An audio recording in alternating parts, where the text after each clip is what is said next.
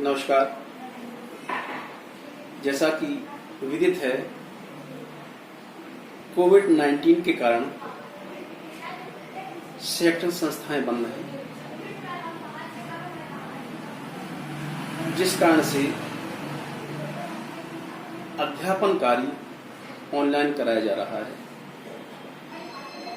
कोविड-19 में प्रतिरोधक क्षमता, इम्यूनिटी काफी महत्वपूर्ण स्थान रखती है। इसी को दृष्टिगत रखते हुए आदिवासी विकास विभाग ने यह निर्णय लिया है कि इम्यूनिटी बढ़ाने की दृष्टि से एवं शारीरिक क्षमता बढ़ाने की दृष्टि से शारीरिक शिक्षा की ऑनलाइन क्लास चालू की जाए।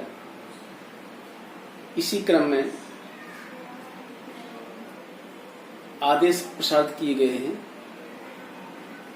तो हम आदिवासी विकास विभाग के आयुक्त श्री बी चंद्रशेखर, अपर आयुक्त श्री जी के तिवारी जी, उपायुक्त श्रीमती गीता सिंह मैडम, सहायक संचालक श्री अनंत कुमार गुप्ता जी के आभारी हैं, जिन्होंने अपने मार्गदर्शन में उक्त कार्यक्रम तैयार कर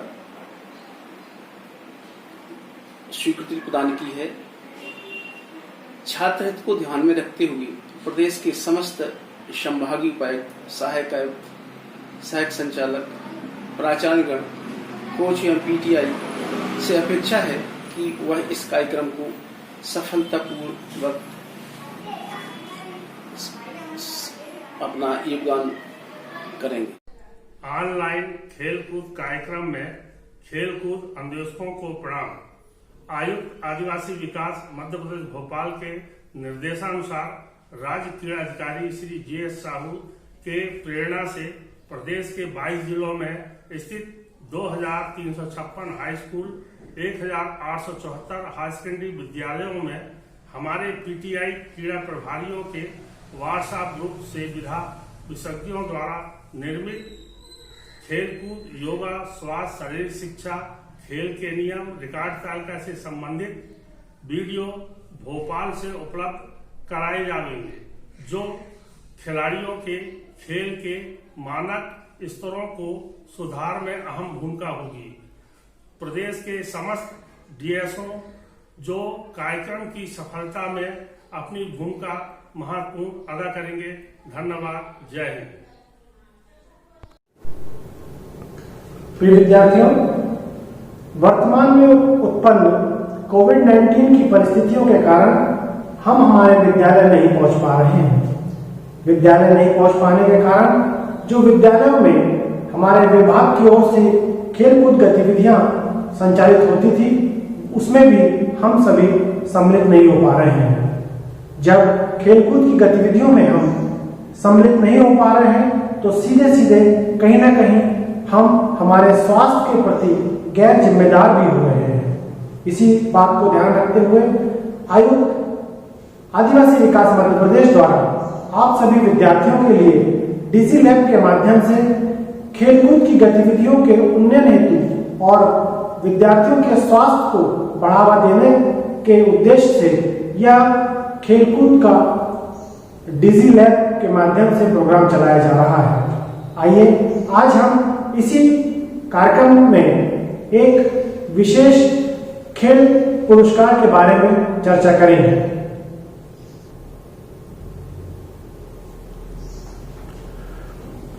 प्रिय विद्यार्थियों, आयुक्त आदिवासी विकास मध्य प्रदेश द्वारा विभागीय शालाओं में खेलकूद, स्वास्थ्य, शारीरिक शिक्षा एवं योग की ऑनलाइन गतिविधियों के संचालन किया जा रहा है।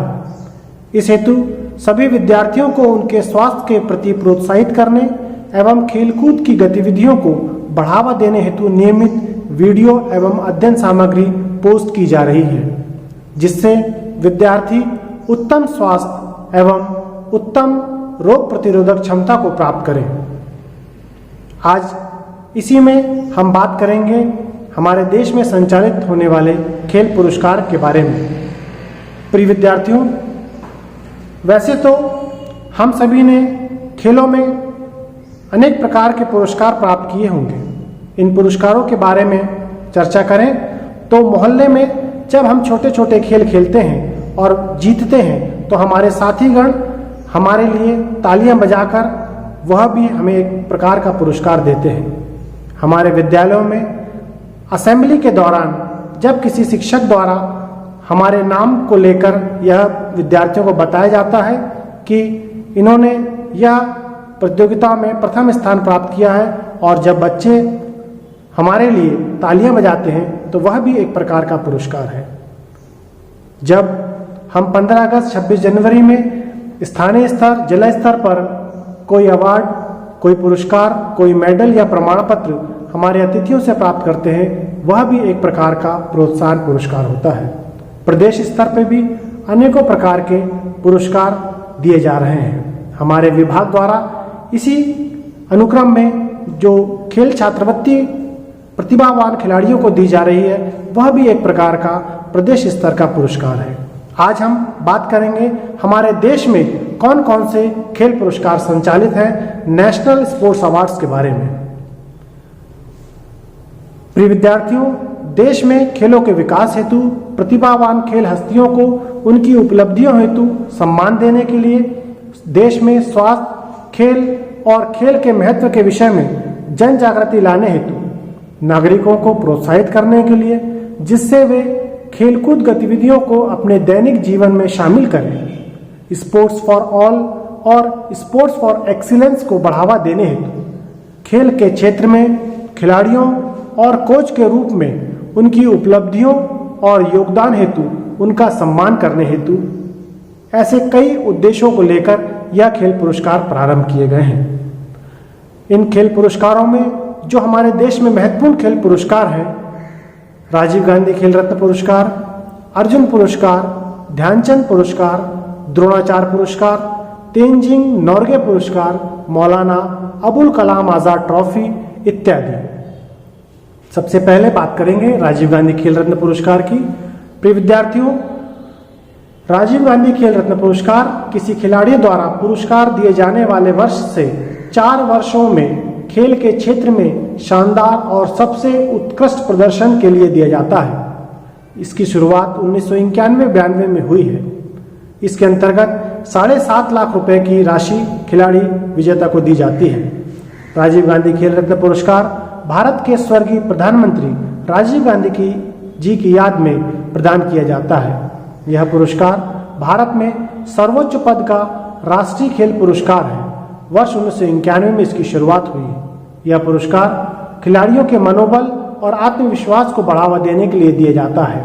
भारत में खेल के क्षेत्र में राजीव गांधी खेल रत्न पुरस्कार एवं खेल एवं युवा कल्याण मंत्रालय द्वारा खिलाड़ियों को उनके असाधारण प्रदर्शन के लिए दिया जाता है।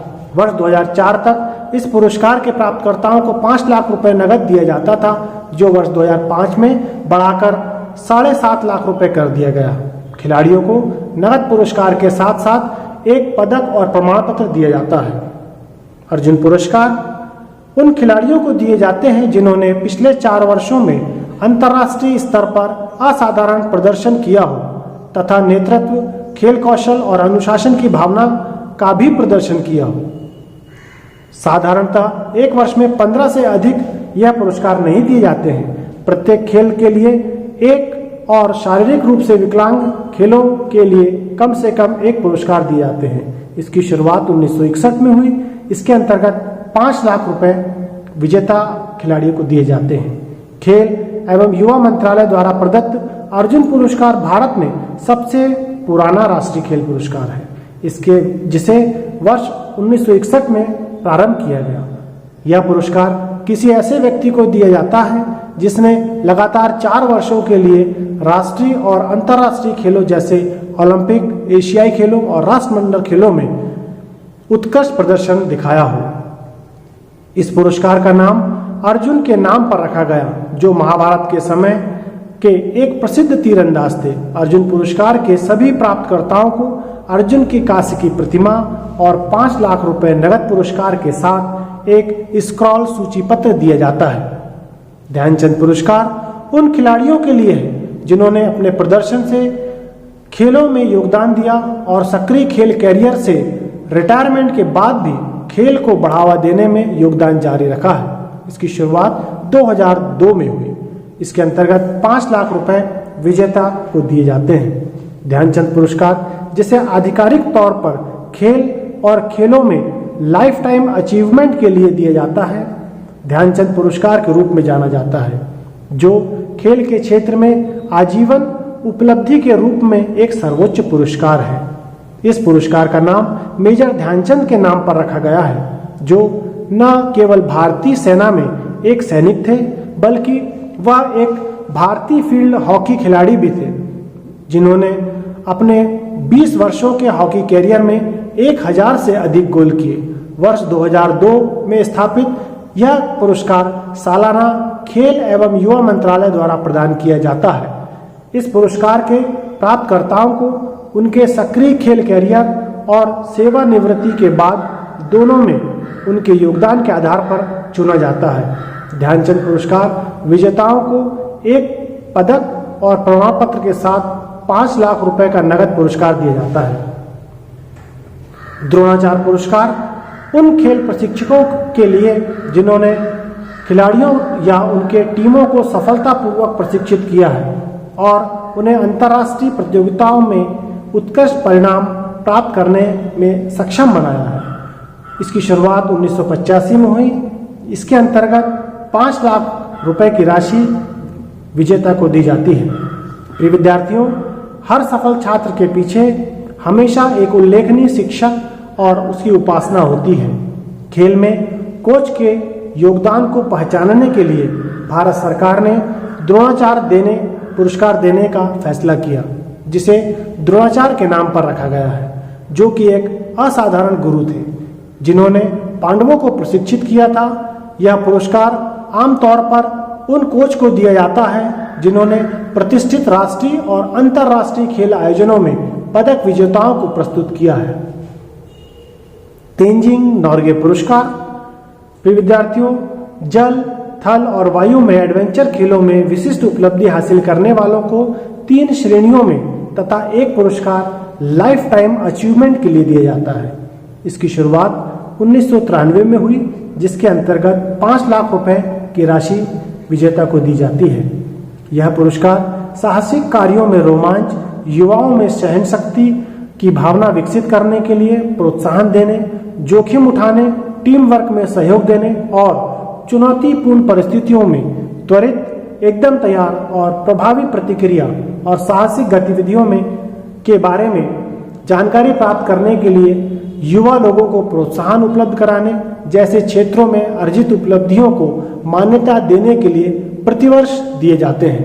यह पुरस्कार 4 श्रेणियों भू साहसिक कार्य, जल साहसिक कार्य, वायु रोमांच और जीवन पर्यंत उपलब्धियों के क्षेत्र में दिया जाता है। मौलाना अबुल कलाम आजाद ट्रॉफी, यह trophy inter university overall top performing university को दिया जाता है।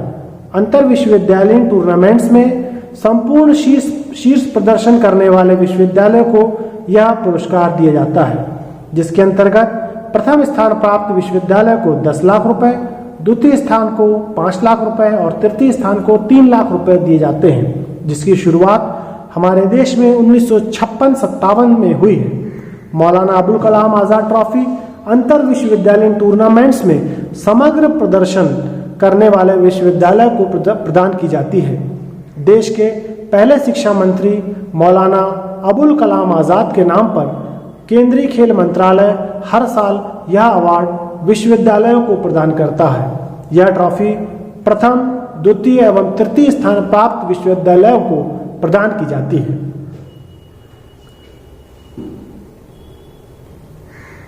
प्रिय विद्यार्थियों, तो इस प्रकार हमने आज हमारे देश में संचालित खेल पुरस्कारों के बारे में चर्चा की। निश्चित तौर पे इस वीडियो को देखने के बाद आप सभी भी खेलों के प्रति आकर्षित होंगे और अपने जीवन में खेलों को अवश्य सम्मिलित करेंगे। यही हमारे आयुक्त महोदय और विभाग की आप सभी से अपेक्षा थी। धन्यवाद। जय हिंद।